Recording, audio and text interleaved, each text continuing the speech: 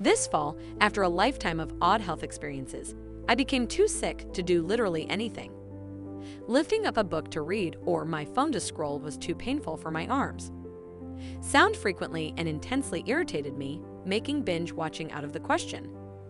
Every time I stood up, blackness would cloud my vision, and I'd be sure I was going to faint. Once I was up and the darkness lifted, I couldn't walk right. My legs were too weak, and it felt like something was tugging hard on my nervous system, pulling it upward like I was a marionette. I thought I was dying, and I kind of was. Without a diagnosis, I would have died.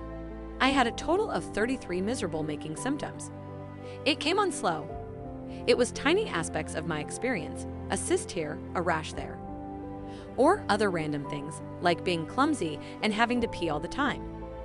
Sometimes it was bigger things like a mental break or endometriosis symptoms. There were also the ever-increasing changes in my demeanor and level of energy and an electric pain that started as innocuous pins and needles.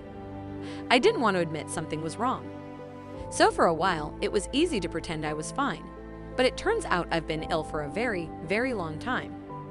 It's hard to say exactly how long. I can't go back in time to give a 10-year-old me with ulcer symptoms a blood test, but that period of pain went unexplained and was consistent with what's made me so sick now. Vitamin B12 deficiency, of all things. My symptoms have progressed to funicular myellosis, which is the combined degeneration of the spinal cord. It's probable that without treatment I would have been paralyzed by now. MRI scans revealed that my brain looks much older than it should, with white foci sitting where they ought not. And 6 months into treatment, I still can't walk more than a few minutes without dire punishment. And because of a vitamin.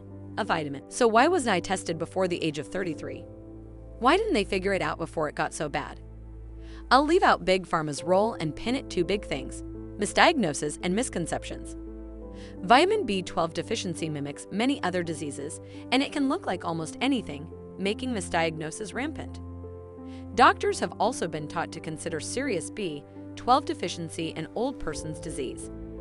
When people get older, their stomach often stops working right, and they can no longer absorb B12 through foods, eventually creating a deficiency and an array of symptoms.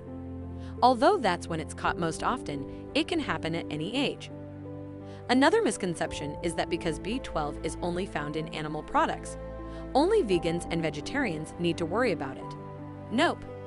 In addition to stomach problems, which are created by many things such as surgery or autoimmune disorders, it's possible to become deficient even if your intake is sufficient. It can also come from a very common genetic mutation called methylnitridrofolate reductase, or MTHFR for short. That MTHFR of a reason is mine. My prognosis is good. Treatment is simply B12. I'm getting better, oh so very slowly but surely. Most of the random symptoms have vanished, which is wonderful. The biggie now is the electric pain. I feel like I'm being electrocuted most of the time.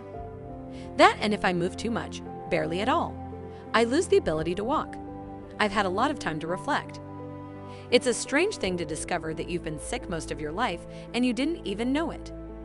There are so many little symptoms that I thought were personality quirks, like excessive sighing, shortness of breath, getting confused or being lazy, weakness, and low energy. I look forward to a new shot at life.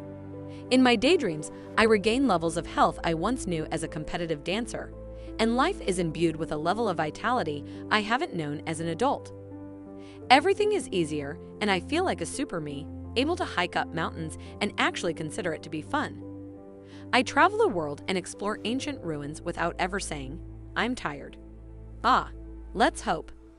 And as for you, I recommend that if you have any unexplained ailments, including mental illness and infertility, you get your vitamin B12 levels tested.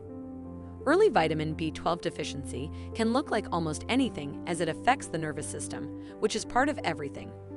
Also, find out if you're at MTHFR and take the appropriate precautions. It might seem like a pain, but do it. Trust me,